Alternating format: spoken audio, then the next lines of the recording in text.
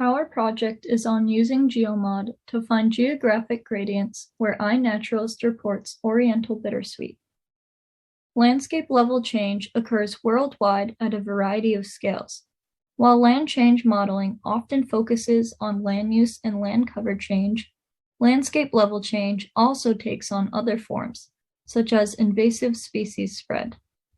This video discusses the plausibility of using land change modeling to simulate the spread of invasive species, such as Oriental bittersweet. The research was conducted for Clark University's GIS and Land Change Models course by Ryan Mickelson, Katie Morris, Chris Radovic, and Sam DeLuca, and was supervised by Professor Robert Pontius Jr. Oriental bittersweet is an invasive plant that was introduced to the U.S. from Japan in the 1800s. Since then, it has rapidly spread across the country and became a major problem along the East Coast and Midwest. It is a vine that wraps around native trees and strangles them, which cuts off their nutrient supply and kills them. Continuous research for the management of this species is important as many forest habitats have been significantly decreased as a result. Our goals are to provide insights and explore the practicality of non-traditional uses for modules such as GEOMOD. Rather than exploring the transition of land types, we are utilizing known presence data of a specific invasive species to generate maps for various determinants that ultimately display the most ideal locations for invasive spread. Additionally, these results can be put to use in a way that landowners and property managers can utilize in their efforts to combat the spread of this species. We chose to focus on the case study of Oriental bittersweet in Massachusetts, as there are a variety of suitable areas for the plant to grow in this state. We obtained data on the presence of Oriental bittersweet from iNaturalist. This is community science data that was collected and uploaded to a database online by scientists, university students, naturalists, and volunteers. The plant identification of the uploaded observations was verified to confirm that all observations were in fact Oriental bittersweet. In this field of research, it is difficult to find data on plant species spread in a particular region. iNaturalist is a valuable resource for collecting this information that we had the privilege of using in this project. However, due to the nature of presence-only data, confirmed recordings of Oriental bittersweet presence does not equate to lack of presence elsewhere.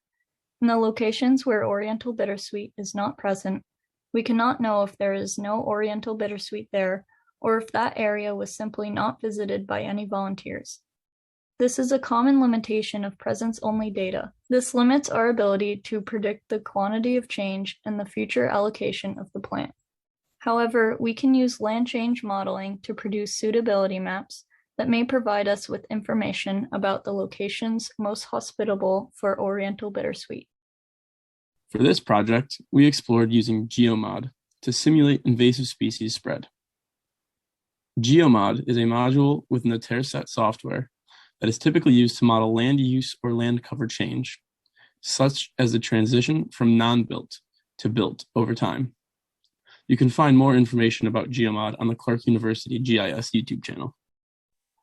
In addition to the bittersweet presence data, we used several independent variables, each in a separate run of GEOMOD. These variables include distance from interior forest, protected areas, soil categories, elevation, aspect, slope, and population density. We chose these variables because we believe they are likely to influence plant growth. As an intermediate step in the process of predicting land change, GEOMOD generates a suitability map for each independent variable. These suitability maps provide insight into the relative likelihood of Oriental bittersweet presence at each location based on the features of the independent variable. These are the suitability maps generated for two of the independent variables we chose, aspect and elevation. You can see that there is little variation in the color of the map on the left, meaning that the independent variable has little impact on a location's suitability. In the map on the right, the suitability varies more greatly across the state. From these suitability maps, we also created total operating characteristic curves, or TOC curves, which consider multiple thresholds to determine if there is presence or absence in an area. You can learn more about TOC curves on the Clark University GIS YouTube channel. TOC curves were made with a Boolean image of the increase in bittersweet presence, a mask excluding areas that we were not interested in, and one of the suitability maps. The TOC curve uses this information to create a curve that shows the proportion of hits to hits and false alarms, starting at no allocated change and ending when the change has spread to the entire extent. Most of the drivers we used produced TOC curves that closely mirrored the uniform lines, meaning that these variables generated suitability maps that were no better than randomly allocating the change. This slide shows a TOC curve generated with the protected area suitability map, which shows no association. On the right, this TOC curve shows the elevation suitability map, which shows a much stronger association. We also generated TOC curves using the suitability maps made with all independent variables. To further examine these variables, we generated TOC curves with both driver maps rather than the suitability images. The interior forest TOC curve below shows a steeper slope towards the beginning of the curve, indicating more bittersweet presence at the distances furthest from interior forests. The elevation driver TOC curve above has a steep slope towards the middle and end of the curve, indicating that more bittersweet was found at middle to low elevations.